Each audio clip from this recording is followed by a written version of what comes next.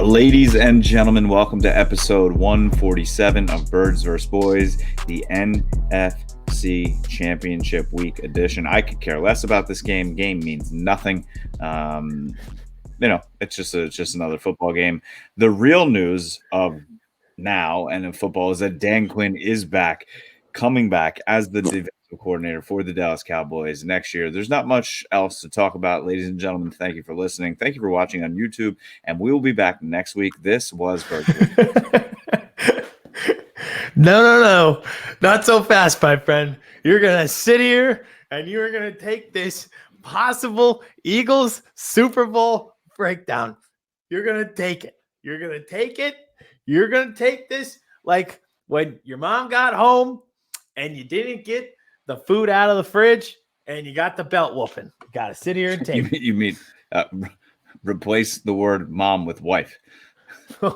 That too. Yeah. Just goes in phases in life. Now you're at the point you get the ass whooping if it's the wife. Regardless, we are here and the Eagles are in the NFC Championship that they will be hosting Sunday at 3 p.m. in what will be a phenomenal football game between two really great teams. Kevin can pretend to yawn. He can sit in the dark. He can was actually a real yawn. You can pretend to be miserable, but guess what? The four best teams in the NFL are playing this weekend, and that is what is fantastic. So, show tonight, we're going to talk about the Eagles a little bit. If you haven't heard, they are in the NFC Championship because they are very good at football.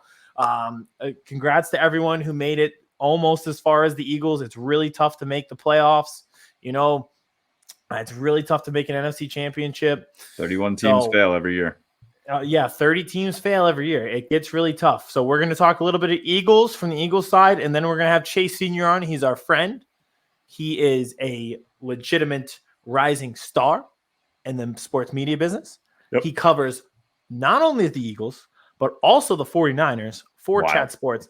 I don't think, how often do you get people? He might be the only one, honestly, who covers individually just two teams, and those two teams are the 49ers and Eagles. So you couldn't have a better guest this week than Chase.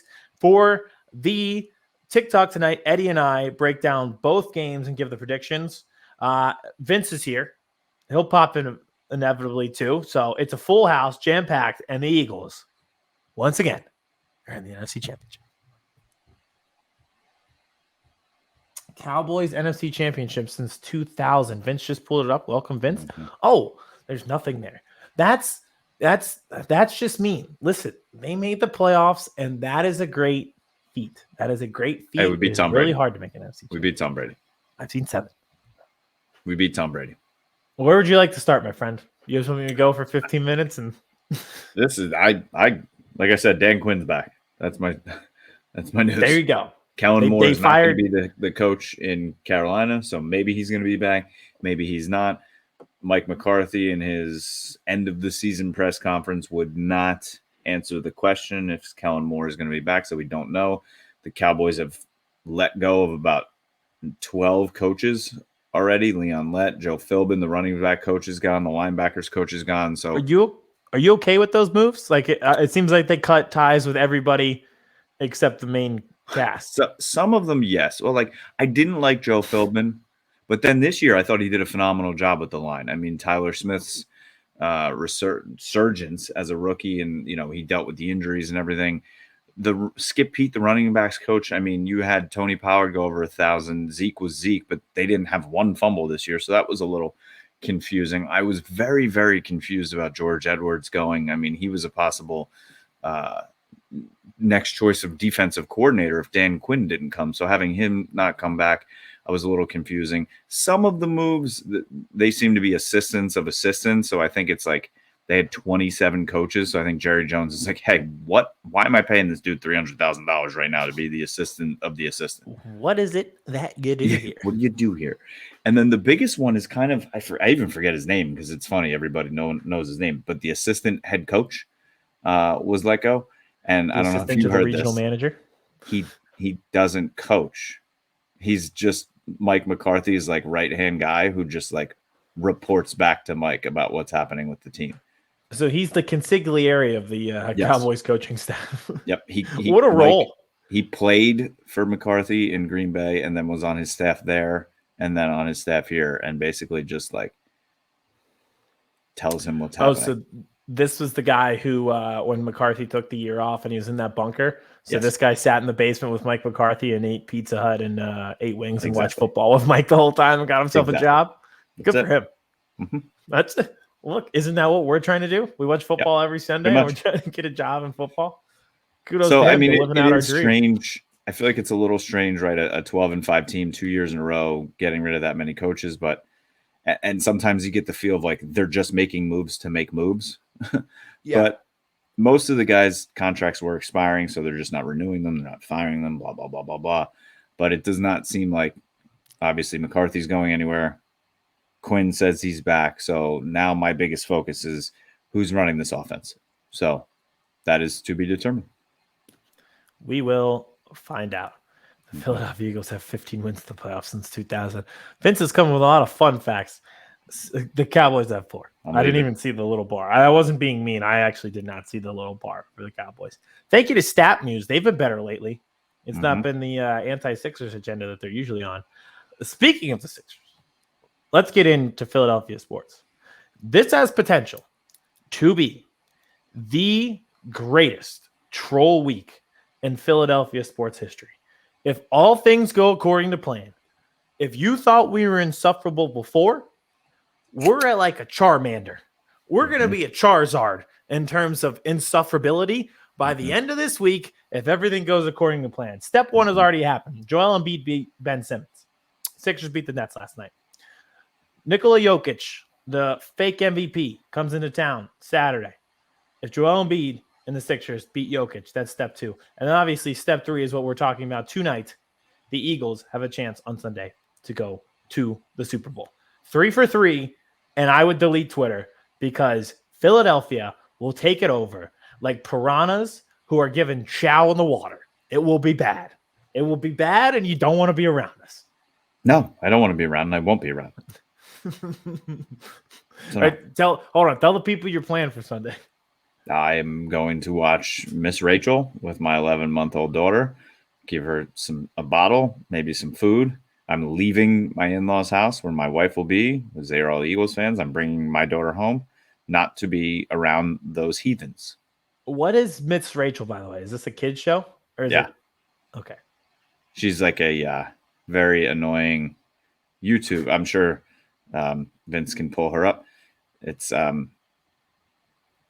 nails on chalkboard, but she's good at teaching kids to do things. And my daughter, she smiles more when she sees Miss Rachel than me, seeing me.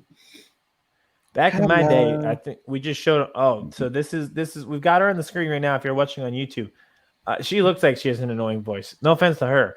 Oh my God, I hope I don't know Miss Rachel for a very, very long time in life. If I was watching this instead of football, oh my God. I mean, I'm gonna watch the game. But yeah. Unreal. All right, game itself. Let's talk about it for about 10 minutes because we do cover a lot of it with Chase. Here are my thoughts. I am so excited and insanely confident. And I'm never, you know me, I worry all the time. I hate being this confident. There's something wrong. I don't know why I'm so confident in this. See what happened? The one time I kind of felt a little confident. What happened? Cowboys couldn't score 13 points. So I should be concerned in this confidence. Mm-hmm. It just, oh man, I know that the 49ers are an incredible team. I think this is, without question, the best weapons that the Eagles will have faced all year in Debo, Ayuk, Kittle. But I think there's just sometimes like you get out on that field in an NFC Championship, Lincoln Financial Field with that energy, and we talk about it, but it'll just steamroll you. And I really think there's a certain level of focus. And if there was any issue that tripped up the Eagles this year at any points where they sputtered and it caused them to lose the one game they lost without Hurts, it was more of a focus thing. It was 4 turnovers. It was, there were some penalties. They just didn't look locked in. The offense would get rigid because we were like, guys, what are you doing right now? And I just think they'd lose focus. And right now, I don't think this is a situation where you lose focus in an NFC Championship game. Like, you're going to play to the best of your abilities.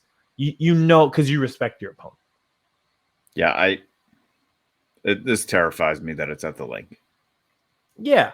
That's the thing. It's just like that home crowd. So they announced the defense in the divisional round game, which means that they're going to announce the offense of starters on Sunday. And you just know, like, that place is going to be deafening when they call Jalen Hurts' name to come out of the tunnel. And it's just like being there in 2017 and just knowing that, and the 49ers are not this Vikings team. They're just built different.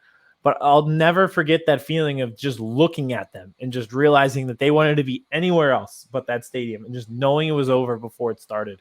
And I just think, I don't think that's why the Eagles win, but I think it's certainly something that can push them over a top in a game that is so evenly matched between two really deep teams on both sides of the ball.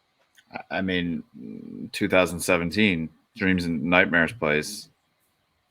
Did anyone think the Vikings legitimately had a chance in that game at that moment? No. I think we have a new song. I think it's Just Wanna Rock by Lil Uzi Vert. That was what they were playing when they came out of the tunnel. Interesting. We'll play it for you. Oh, well, I won't even have to play it for you. I think Miss Rachel's going to play it on her new. Yeah, she will. She will sing it. She'll break it down, I'm sure, with hand signals of what it means. But I mean, it's interesting because I think the situation's similar but different, because I think this Niners team is better than that Vikings team. I think that Vikings team was just as much of a fraud as this Vikings team was. It's just they made it just a little bit further. Mm-hmm. But the rookie quarterback, I just keep going back to that. And everyone, I keep waiting for the mistakes.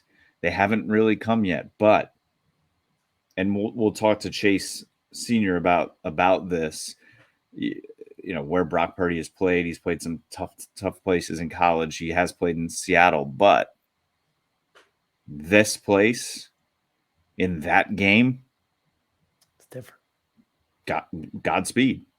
It's different. And in a sense, I don't think he would be like some mental shell of himself where he's going to be like Kirk Cousins in week 2, who's just throwing it up to Darius Slay. But I do think that there is this pressure where he loves to do this thing where he tries to spin out and, like create extra time and buy extra time to make the pass. And it just feels like on the road in this environment with Hassan Reddick chasing you down and Josh Sweat chasing you down, like you can end up in second 24 in a real hurry. And in a game like this, where it's 1 or 2 plays, like he doesn't have to be like, it's not like he's going to have he's going to be petrified. Like he saw a basilisk in a mirror and he stops forgetting how to play football. But there could be these certain plays that have that impact because he tries to spin out, the crowd's into it, it's 3rd and 8, and all of a sudden Hassan Reddick's got his legs and it's 4th and 16 and you're punting it back and the momentum's on the Eagles side. And that's where I come in, where it's like, this isn't going to be a 4 interception game. He's probably not getting pick 6 on the second possession like Case Keenum was, but there's these little things where he could be off, and it takes 1 or 2 plays. And you mentioned that you think there's going to be a lot of like long drives in this game, and I think every offensive possession in this game is going to be critically important to both teams. And in that stadium, in that moment, it could be 3rd and 4, and in a blink of an eye, now it's 3rd and 9, and now you don't convert and you're punting the football. Where 3rd and 4, 3rd and 3, it's, I don't want to say an easy convert, but with that offense, with those weapons, it is. And now the game changes in one moment because of the crowd. 100%. I would love nothing more than the Eagles NFC Championship to just replicate the Phillies NLCS Game 5 that they won and went to the World Series, whereas like Harper hit the home run and then you had to close it out in the 9th inning. I would love nothing more than a Jalen Hurts touchdown to A.J. Brown with 1:02 left. And it's like, all right, this is it. Brock Purdy, rookie quarterback, can he lead them down the field 75 yards and score a touchdown in a minute's time to go to the Super Bowl? and do it against that Eagles defense. Like, it's just like, and then even as like an Eagles fan, then right? Like, if they score in that situation, you didn't deserve to be in the Super Bowl. But I don't want to say take your chances, because it's not like I'm a risk thing that I'm trying to take. It's just like, you would know. We would know if we're deserving of a Super Bowl. And I think that's where that intimidation, if you will come into play. And I just keep going back to I just want to know, like, the anticipation of this game. I know the Eagles are good. I know the 49ers are good. I just need to know who's better. The analogy I used in the like recap show that we did earlier this week, follow us on YouTube. When we were little, there's this creek behind our houses, and all the older kids would run in the woods, play in the creek. And when you're young, you're like, wow, what's in the creek? Where does the creek lead? What goes on in the woods? What happens in the woods? I'm at that point. I'm like, where does this road lead against the 49ers in the NFC Championship? What happens in the woods? What happens in the NFC Championship when we play this team? I just, the curiosity is killing me of just seeing these two teams out on the field. And I agree. I think it's going to be one for the ages. And I've explained to my wife and mother-in-law, last week was fun for them, right? For you guys. The Niners defense is not the Giants defense. So don't expect, Devontae Smith just running wide open and Miles Sanders it's going to be different. Will the Eagles move the ball? Yes. Will the Eagles score points? Yes. But it's not going to look the same as it did last week. No, the level of intensity, and that's actually kind of why I was happy that last week was just like, we exuded such little effort to win 38-7, where you walked out of that game, everybody's healthy. Like, Hurts, he threw it 24 times total, and Minshew played a little bit. Like, you couldn't ask for anything better. I don't even on the runs, was he ever touched? On the touchdown run, he wasn't touched. On the third down conversion run, he wasn't touched. It's just like, came out of there, and then this week you probably get Avonte Maddox back. Like, you can't be in a better position than to be playing this team right now, because it's just like you're going mano a mano, where they're a little dinged up, but everybody's there. Yep. Everybody's healthy. Debo's back. McCaffrey has the calf, but we'll talk to Chase about it. But we think we'll see him out there. It's just like, I just can't wait. I don't remember being this excited for a game in so long, because all right, so Super Bowl year, there was nervousness because you'd never won a Super Bowl before. It's like, this could end in misery again. Yeah, keep making that face. So, like, of those games, and like the Patriots game, I was really, really confident. But at the same time, I was like, I've never been here. I don't know what the experience. Following year, I was like, not that you were happy to be there, but you're like, how long can this run last? This year, it's just like the excitement of being one of the best teams and playing another awesome team is just, I cannot wait. And I mean, the Eagles are set up, I think, for long-term success, but that does not guarantee that you're ever back in this position again. No, I say that all the time. It's the health in the NFL is crazy. Like, you're here one day, gone the next. The 49ers actually are an outlier, the way that they've been to 4 NFC championships in 5 years. That's not the norm. We think it's the norm because we've watched Tom Brady and Patrick Mahomes for the past 2 decades. So we think that there's always one team that just shows up to the conference championship. That's usually not how this works. Yep. So you're right. If you're down there, make the most of it. And I've just kind of felt this way all year, that we've been the best team since training camp. And I don't know. It's the time. It's just the time, and I cannot wait. Can't wait. Before we get to Chase, I have a few rapid fire predictions, just bullet pointed lists. 1, there will be a long Deebo Samuel touchdown. I don't know if it's early in the game or late. It could be the touchdown. 8-yard pass that goes 60. Yep, correct. Like in the Seahawks game, where Ayuk was blocking for him, took his man out of the play, and Deebo took off. I think there could be a touchdown like that. And that's what frustrates me even more. Like, that never happened against Dallas. No. He had 19 rush yards, 43 receiving yards. You guys corralled everybody. Except for minus Kittle. Like maybe Kittle. So I think this could happen, and it's like you hit the home run, and then we'll walk away and be like, aside from that long Deebo touchdown, we'll call it a a run, even though it's probably be an 8-yard reception turned into 60 yards. Like, aside from that, like, they didn't really get anything on us. So that's one. I think special teams will play a huge role. The forecast, no rain, no snow. So if we got to kick a 50-yarder, these kickers can belt it. So we'll see. We'll get in that with Chase too. So that's another one that I had. I think punters are going to be big too. Field position in this type of game is. I hope I didn't steal your thunder there. No, you did not. But it brings up a good point because I don't know if Aaron Sipos is back yet or not. He was supposed to come back last week and he didn't. So we'll see if this is the week. I know no one's really looking into on the punter injury report, but we'll see. Now, third, I think Jalen Hurts will use his arm a lot, his legs a lot. I think sometimes the 49ers defense, as good as they are going to take some things away. I think that they can get pressure on him. I think they can do all of those things. I think it will just come down to, if you look at all of Jalen's big games, even if you want to count this game against Iowa State, the viral clip that's been going around against him against Brock Purdy, he ran the ball 22 times that day. When it comes down to it, he trusts the thing that he's trusted the most his entire life, that has always gotten him to where he needs to go, and it's his legs. And he's become a much better passer. Accuracy, the arm strength there, he's been phenomenal. The legs are still what gets it done. I think he runs it a lot in the NFC Championship. And then I think the only other one, we touched on it before, but I think there will be this moment where like Hassan Reddick is chasing Brock Purdy down, and it's like, yeah, that spin out worked for 11 weeks, and now you're playing the Eagles pass rush. And he gets them, and then it's like, all right, it's 2nd and 24. This is the moment. Like, you'll know. Like, you ever see those shows like, I'm gonna give the sign, and you'll know what the sign is. Like, that'll be it. Like, that'll be the moment. The crowd is into it. Boom. Let's go win a football game. All right, so before we get into Chase, give me the 49er on defense and the 49er on offense that worries you the most. The 49er that worries me the most on offense is probably Debo, just because they can utilize him in so many different ways. And they'll probably utilize him in that sense if we get into that kind of weak quarter zone. So I'd say Debo. Obviously, you can take your pick there. McCaffrey would be an easy option.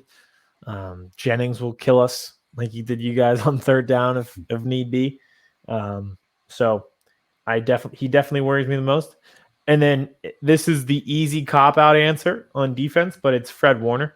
Because it's if you're playing the 49ers and Fred Warner is not the player that you fear the most, like Bosa has all the sacks, Fred Warner can blow up the run game. He can cover. Like, you think you have Dallas Goedert open? No, you actually don't. Fred Warner's covering him. You could have freaking AJ Brown. I don't. Fred Warner may be able to cover down the field against him. If he can cover CeeDee Lamb down the field, exactly. Like, it's crazy, and it's like, oh, that run that you thought you had sealed off perfectly? Nope, because Warner's there. Oh, you thought you were beating him to the edge with Kenny Gainwell? Nope, you weren't, because Warner's there. It's definitely Warner. Yeah, I think he's going to be the key in limiting Hurts using his legs. That too. Yeah, he'll be crucial on the read options as well. All right, let's do it. Let's bring Chase Sr. in. He's been on the show before, but how could we not have him this week? We may have the only person on the planet who individually covers 2 teams in the NFL, and both of those teams are the 49ers and the Eagles. So, without further ado, he's guaranteed to go to the Super Bowl. Guaranteed to go to the Super Bowl. He's covering the Super Bowl no matter what happens on Sunday at 3 o'clock. Ball kicks off. Congrats.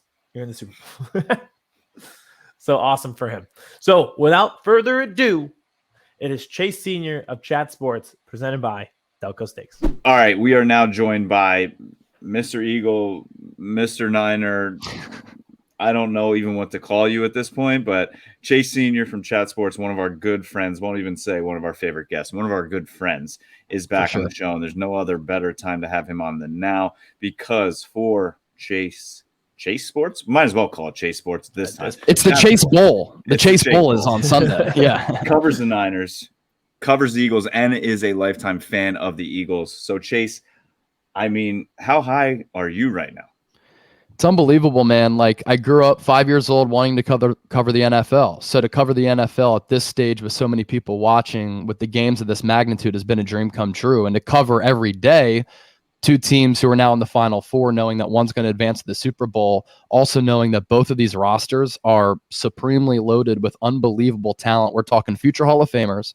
We're talking current All-Pros, multiple Pro Bowlers on both sides of the ball, two great coaching staffs, Nick Sirianni, Shane Steichen, Jonathan Gannon, Brian Johnson, Kevin Patullo, all getting interviews for other head coach and all offensive coordinator, defensive coordinator type of jobs. And then San Francisco, on the other hand, like Philadelphia, great roster, Kyle Shanahan, D'Amico Ryans. He's produced Robert Saleh, Mike McDaniel before that. And his coaching against Sirianni's coaching, this just is on a collision course to be an all-time potential NFC Championship matchup, because I believe both of these teams are great.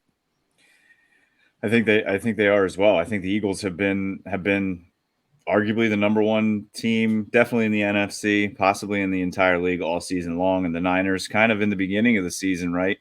They were, Aidan, I would say they were one of our dark horses to make it to the Super Bowl. Then the injury, and then Jimmy G's back, and then Jimmy G gets hurt and they're dead. And then boom, Brock Purdy comes in and it's game on. Yeah. So, all right, before we get into the whole game and everything, and I know Aidan's got a ton of questions because this is his game and he's excited and I'm miserable, but I want to know about logistics, right? With Chat Sports, you always do a watch party for Eagles games. You do them for the Niners games. Now they're playing each other in the second biggest game behind the Super Bowl. How is this all going to work for you and the people that watch and follow you? Yeah, so I just got done working out, and today's my Friday because I have tomorrow, Friday, and Saturday off to have my weekend kind of. Oh, and I you're was not like, gonna man, run? What's that? Are you not? You're taking run days off? No. That the run streak actually hit 250 days today, but I was also working out. Okay. Yeah, I was also working out, and I was just walking home because I walk to work every day. Great perk of being here in Dallas, and I'm like, what did we just do over the last 5 days? And I counted it up. Over the last 5 days, including the Niners Cowboys watch party, we did 7 live shows, 10 regular shows on demand, and hours and hours and hours of content for both the Eagles and the 49ers. And I believe that there's nobody better equipped to talk about either team than me, who covers them on the daily and has pretty much watched every single snap this year of both teams. So I really believe I have a good feel going into this game. That's why I'm so confident in saying I really believe this could be an all-time NFC Championship game. So because the stakes are so high, because you have a Niners team that's won 12 games in a row, you have Philadelphia, who's sustainably been the best team all year, and both Eagles Now, the 49ers Report, are the two channels that I cover the Eagles and 49ers for. You know, Niners Report almost has 80,000 subscribers. Eagles just hit 40,000. So what we're going to do on Sunday is do a dual stream where I'm live on both. And we're going to kind of have a split background of Eagles, Niners colors, because I believe it's the best thing for me to be there for both channels and fan bases. And I have a level of expertise for both the Niners and the Eagles that I believe is unmatched, just because, you know, I'm not being cocky. It's like literally I cover the teams every single day and I've watched each snap. So we're going to do that. It's going to be an absolute blast. And what we're going to be able to do is there's the competition on the field, but we kind of like to have the best place to experience the game outside of being at the game. So we're going live a couple of hours early. We'll do a pregame show. We'll be playing some beer pong. We'll be drinking some beers. It'll be a super chat competition between both channels, a likes competition. How many subscribers can each channel get? And that's going to be the competition at Chat Sports with the Eagles and the Niners playing at the link. So I think it's going to be a blast. You know, I had 140,000 people tune in on the Niners Cowboys watch party. Tom had almost 400,000 people watch. So the stages are high right now, and I believe it's best to go live on both channels. So, you know, I'm going to be torn, of course, but at the same time, I'm basically going to call the game like a national announcer and cater to both sides and get excited for every single big play. It's awesome. Perfect. Rob Lowe, just NFL hat. Yep. Dude, so I had my buddy at work say that. We're like, what are you going to wear? I'm like, probably just a Chat Sports shirt. And he's like, get the Rob Lowe hat, just the NFL hat. Yeah. That'd be perfect. Rep your brand, rep the NFL brand. That's perfect. If you have just a black hat, that's what I did 2 years ago. I went to the Eagles-Chiefs game, and I just have a black hat, and I printed out the logo black, and I just taped it on and couldn't even tell. Dude, I could put some black tape on this and just cover it up, and that's the look. It's perfect. There you go. Yeah. We got you set for Sunday. Exactly. For the game itself, you just touched on it. You've watched almost every single snap of both of these teams, and I know you tweeted out you think these are two evenly matched teams, and this could be an all-time game. Do you think this NFC Championship, are these the two best teams in the NFL? I think they're the two most well-rounded teams, but I think that the Bengals and the Chiefs will have the better quarterback. And I've been saying all year, really especially the back half of the year, like if I were to start my franchise right now with a quarterback who I believe is going to give me the best opportunity to win Super Bowls based on how Super Bowls have been won, and that's being a drop-back passer, I would go Joe Burrow over Patrick Mahomes. But Joe Burrow and Patrick Mahomes, regardless of how you want to slice it up, are going to be better than either Jalen Hurts or Brock Purdy. So you're going to have the better quarterback against the more well-rounded team that might have the better roster, but are both built to stop Mahomes and Burrow based on what we saw in the last two Super Bowls. Joe Burrow last year was sacked a record times in a Super Bowl by the Rams because their defensive front took over the game. It's how they won it on the last drive. Aaron Donald took down Burrow. And then the year before that, the Buccaneers set the record for the most quarterback pressures. If you remember, Patrick Mahomes was legit running for his life. Yep. So the 49ers have a great defense in generating a pass rush, and they're very versatile and deep, led by Bosa, who had 18 and a half sacks this year. And then the Eagles had 70 sacks, which was 15 more than any team in the NFL. It's the most since the 85 Bears. So it's going to be the better quarterback against probably the better team. And I think that either the Eagles or the Niners, I would like them to win the Super Bowl. I really would. Yeah, 100%. It's almost like that Avengers clip when they name all the things that the enemy has, and then he just goes, "We have a Hulk." It's kind of exactly. We have a Mahomes. It's we can compete with anyone as long as we have them. Yeah. A little bit of game logistics from this side. The weak link, if there's a weak link with the Eagles and Jonathan Gannon's defense, there's that soft zone, a lot of completions underneath, these long sustained drives because of it. Do you think the 49ers at all put an emphasis on utilizing Christian McCaffrey more as a receiver to get those like quick throws out of Brock Purdy's hand and just move the ball down the field that way? Yeah, one of the reasons I like the Niners is because if the Eagles can't get home with 4, then what they like to do is what you said, drop everybody back, play a lot of quarters. It's kind of soft. They allow a lot of underneath stuff to happen because they're very conservative and they don't want the big play to happen. So that's kind of like the philosophy from Gannon. But I like the Niners because it's not only McCaffrey. It's Deebo Samuel. It's George Kittle. It's Brandon Ayuk, who had 1,000 yards receiving this year. I think he's very underrated. Kev, I'm sorry. I like him better than CD, honestly. And I'm not just saying that. Like, I really like the player. Jawan Jennings is an excellent third down option. And then, yeah, you do have McCaffrey, who had nearly 2,000 all-purpose yards this year. Everybody's sleeping on him because they're like, oh, he's always injured. Yeah, the last 2 years, 2020, 2021, he played 16 combined games. But this year, he's legit changed the Niners offense. They're 12-0 with him as the starter. He's averaged more than 100 all-purpose yards per game and nearly 2,000 all year split between the Niners and Carolina. So it's him as well. So they're so deep, they're so diverse, and Kyle Shanahan is so multiple with his scheme. And then lastly, which ties into all of this, considering the personnel, the scheme, the talent, is that the 49ers are so good with Kyle Shanahan scheming it up, of picking up yards after the catch. So now you're going up against a team that's so good in open space, where if the Eagles can't get home with 4, then Brock Purdy is going to have time to hit these guys in stride. And the Eagles, on top of playing a soft defense, aren't the greatest tackling team, not the most physical team in the secondary, as we know. So I think that the 49ers can kind of exploit that a little bit. But if the Eagles are able to get home and pressure Brock Purdy, he's due for a mistake. He's thrown for 16 touchdowns and 3 picks in 8 games, 7 starts this year. He's been pretty clean with the football, but he's had a couple that were dropped. A couple in the Cowboys game could have gone the other way. Seahawks as well. So does that tell me that it's trending toward him throwing a pick, and he's been somewhat lucky so far? So that's why the pressure is so key for Philly. So speaking of Purdy, let's talk about it. I mean, yes, he should have thrown some picks. He's been playing he's like this guy, right? Just been even keel. And I feel like that's what I remember of him playing at Iowa State.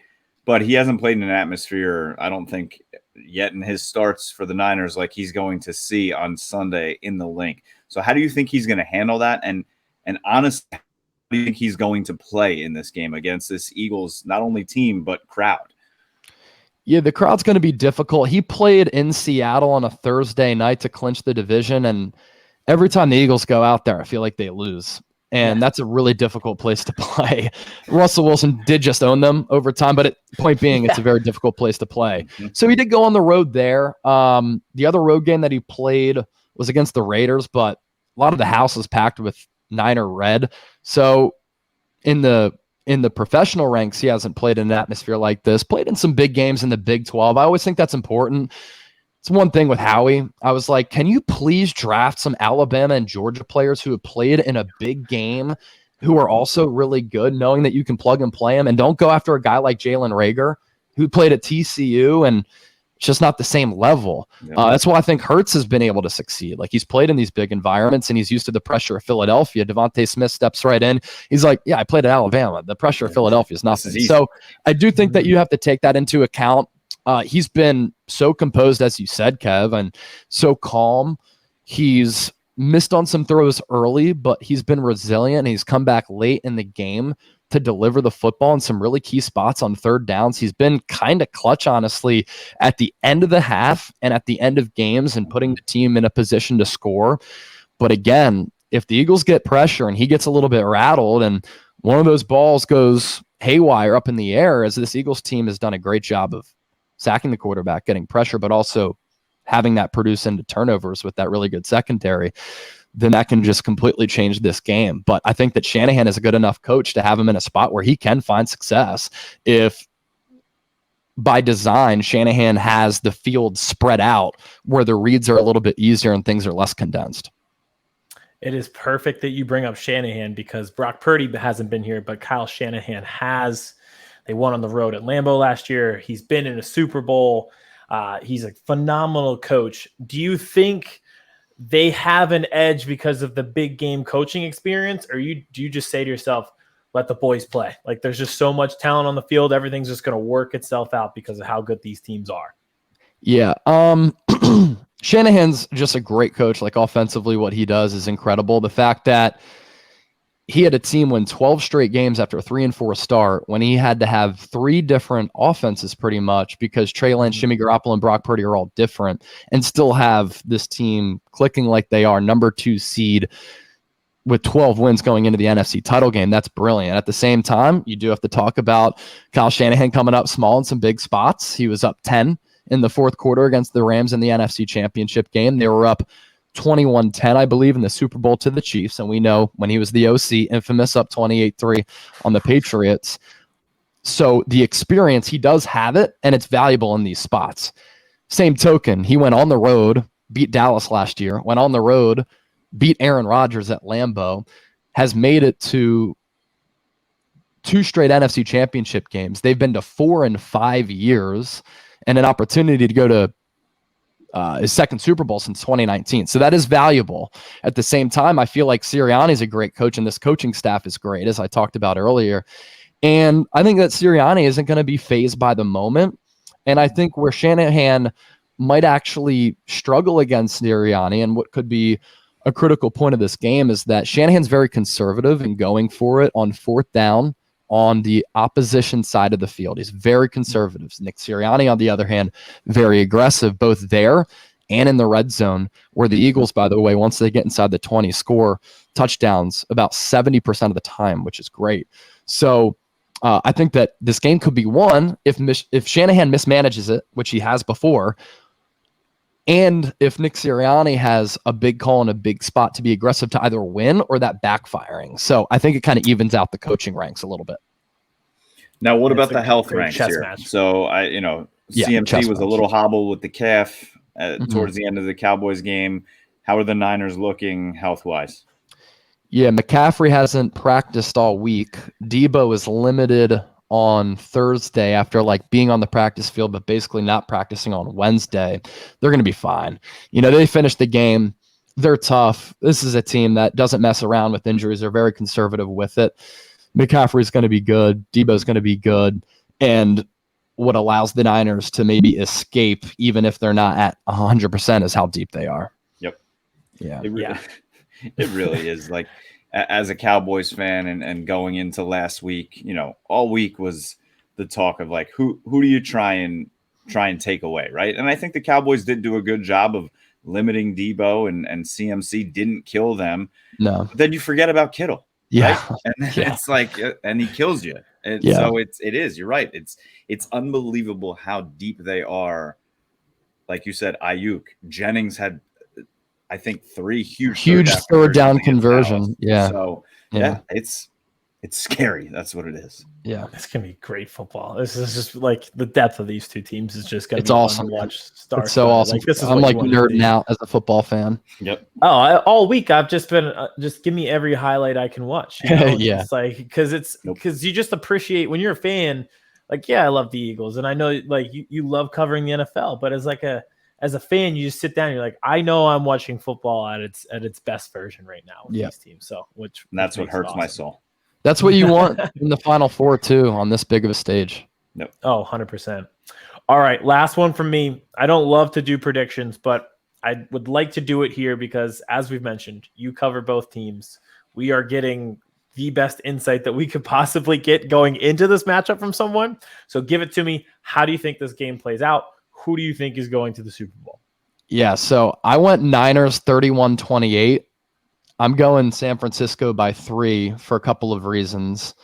I do like the roster's big game experience. I want to see how the Eagles respond to being on this stage for the first time with this nucleus, Sirianni and Jalen Hurts included. I think that what the Eagles do offensively is very difficult to defend, but San Francisco has the recipe to limit them and give them a tough time because they can get home with 4. D'Amico also likes to run some blitzes from time to time, which Hurts at points can struggle with. But also they have these disguises where they'll show 7 at the line, drop back 3 linebackers in Dre Greenlaw, Fred Warner, and Azeez Al-Shire, who are the best trio in the league by far. And not only are they good in coverage and against the run as an entire defense, front 7, etc., rushing the passer, they have the speed, I think, to compete with Philly because their linebackers just cause havoc across the entire field. And the same does apply for the Eagles that it does for the Niners. Pass rush is going to be important. Offensive line blocking in the pass game is going to be important because if San Francisco can drop back and only rush 4 with all of that speed, their corners are solid, safeties are pretty good, then I think that they have the recipe to give the Eagles a tough time because I could see Hurts struggling with having to throw the football, 1, with the shoulder, but 2, when there's not a lot of open space to go to, which is how the Eagles have had a lot of success this year offensively. So it really does come down to that. I mean, these teams are so evenly matched. Like the Eagles are averaging 29 points per game this year. They score nearly 4 touchdowns per game. They're top 5 in red zone efficiency, scoring a touchdown nearly 70% of the time. 3rd down, 4th down conversion rate, they're 65 to 70%. That's great. But San Francisco is also number 1 in points per game with 16. They give up the 2nd fewest rushing yards in the league. So if the Eagles can run it, they'll win and have success. If they can't, we'll see. San Francisco isn't good on 3rd downs. They're not great in the red zone. So that's something to keep an eye out for. But I just like San Francisco's depth. I like their big game experience. And I think that this is a great team in the Eagles, potentially all-time team with the 49ers. I mean, Trent Williams is headed to the Hall of Fame. Fred Warner is, Nick Bosa is, George Kittle is, Debo Samuel's a free, Christian McCaffrey, Kyle Shanahan's due to get a ring. And the Eagles do have, a lot of future Hall of Famers as well, like Jason Kelce, Lane Johnson, and all pros and Pro Bowlers. But I think the Niners slightly have the edge by the slimmest of margins. If the Eagles win this game, I'll be happy, and I won't be surprised. I have one good football. I have one question because you've mentioned his name twice. And I think he's the most underrated player in the entire league. Is Fred Warner the best linebacker in the NFL? Dude, yes, it's not close. The play that he made against CD in the third quarter, it's a third down. Cowboys are at the 40. Fred Warner is in the middle of the defensive line showing blitz. CD is just inside the right number. And Dak Prescott's in the shotgun. Prescott takes the snap. Warner, from the line of scrimmage, looks to his left. CD has a head start. He sees, that's my man. Runs stride for stride with him down the seam as like a 250-pound linebacker. Insane.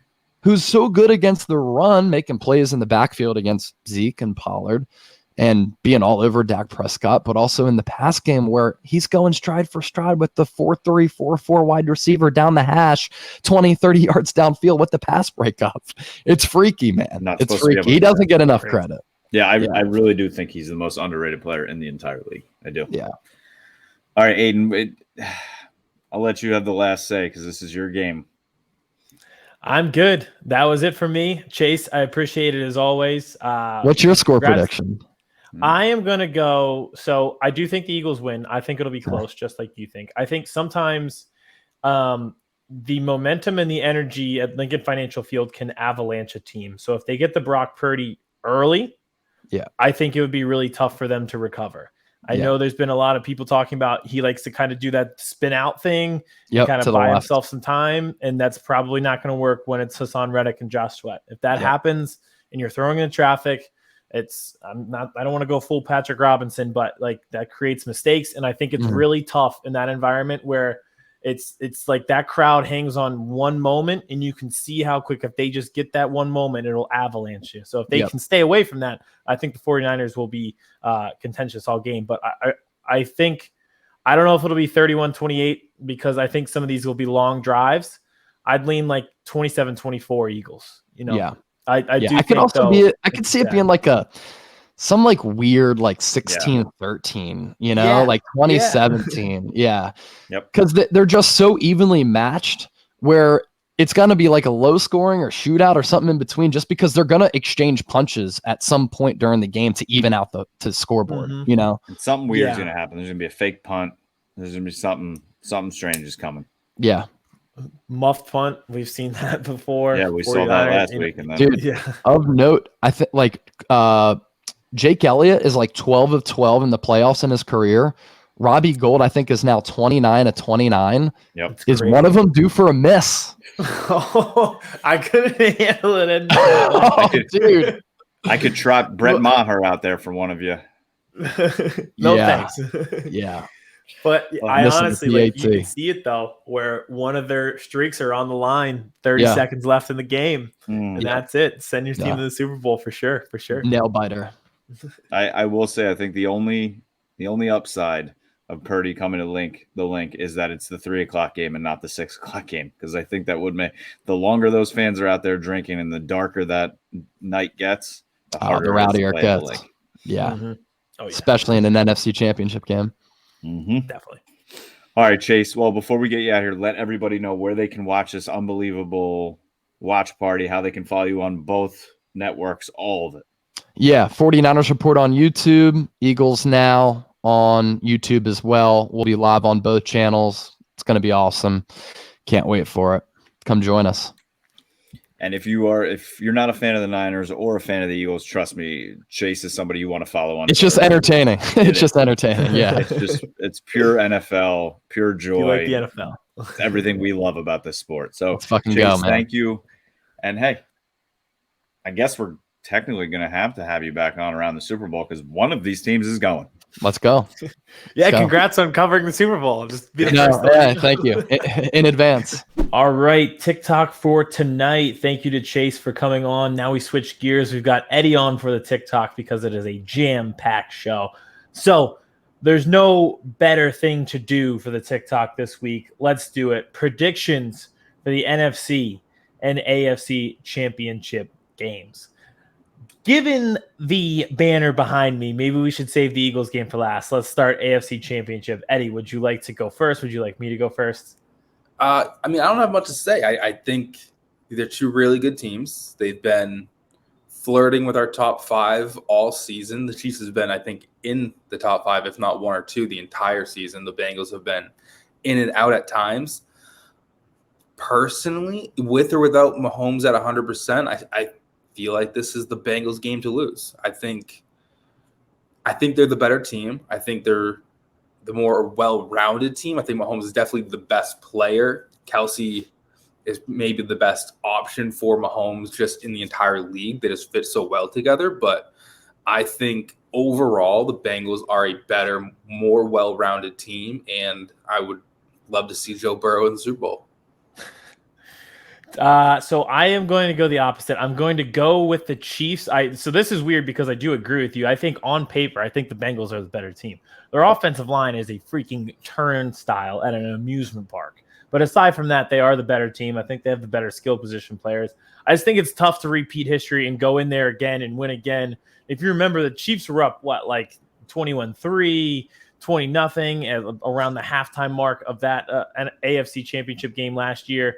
And the Bengals came out and did that too deep safety look that was giving Mahomes a lot of issues. Well, they're not going to sneak up on him and use that sneak attack this year, because it's something that the Chiefs have prepared for and other teams have used since then.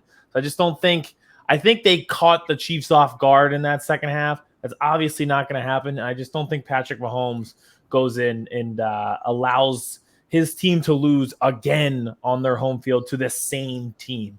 But I would agree with you, if you played this game a month from now in March in Indianapolis, I think the Bengals are the better team.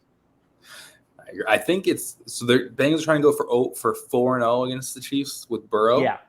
And I think in all of the 3 previous games, the Chiefs have not trailed going into the 4th, and in 2 of them, they had a double-digit lead at some point. That is a crazy stat. Yeah. Think about how good the Chiefs have been to pull that comeback so many times against them. That's pretty remarkable to pull that off often again and again. So we'll see if they do it one more time and advance to the Super Bowl. Now over to the NFC Championship. I'll definitely let you go first for this one. Eagles, 49ers. Who do you got? I live in Philly now, so I got to ride with the Eagles. I think I do think they are the better team. I think the entire season they've been the best team. I don't think they've played the best teams. The Bills, the Bengals, the Chiefs are better than anybody they've played this year so far. But I think the miracle run with Brock Purdy is going to come to an end at the Link in Philadelphia on Sunday. Love that energy. And since you're in Center City, if this does get pulled off, you will be greeted with a riot at about 6, 7 o'clock down there. So should be a great time for you if they do pull this off. I just want to preface this because everyone knows I'm going to be biased, but I do think we have the 4 best teams in the NFL playing this weekend. We have the issue so many times we're like, oh, somebody slipped up, there was an injury. No. These were the 4 best teams, and I think any of them can win a Super Bowl. But I do think the Eagles win this game. I don't think it's being talked about enough that they have multiple Hall of Famers on their offensive line, and they're 5 sacks away from tying the 85 Bears for sacks on the defensive line. Wow. I think in the trenches, this could go down if they win the Super Bowl as one of the best in the trenches teams of all time on both sides of the ball. I think that's what will carry them home. And like you said, I like Brock Purdy a lot. We talk about this all the time on the show. I've been betting on this kid at Iowa State for years. So he'll always have a special place in my heart for making me some money in Brocktober at Iowa State. But at the same time, it's going to be a little bit different, playing the Seahawks at home versus Hassan Reddick chasing you down in the NFC Championship on the road. They have great weapons, but I think the Eagles just match up pretty much everywhere on the field. And I hate being this confident, but I think the Eagles win this one. A big thank you to Chase Sr. and to Eddie for stepping in for me for the TikTok. If you didn't catch that on YouTube, I got a little ugly there for a second, but it wasn't me. It was actually Eddie. So thank you to Eddie. Thank you to Chase. I hope no one enjoys Sunday at 3 o'clock except for maybe people in San Francisco, but I don't even want them to enjoy the time. So I will be home probably watching Miss Rachel with my daughter, and I will find out what happens 7 o'clock on Sunday. So screw you all. Aidan? I'll be on a telephone pole come 7 o'clock on Sunday. See you there. Don't grease those bad boys. I'm climbing up it. You very, very well could be. Well, make sure you check us out anywhere podcasts are watched, mainly YouTube. Anywhere podcasts are listened to, Apple, Spotify, Google, we are there. Follow us on TikTok, Birds vs. Boys Pod, on Twitter, Birds vs. Boys Pod. Our Instagram's starting to pop off. Our Instagram's like this, right? We go up, we have really good times. So we need to do this. So follow us on Instagram so we can do this. But by the next show, we will know the 2 participants in this year's Super Bowl in Arizona. I'm hoping, I don't know. I just want to see the Chiefs and the Bengals play again. Catch you next week.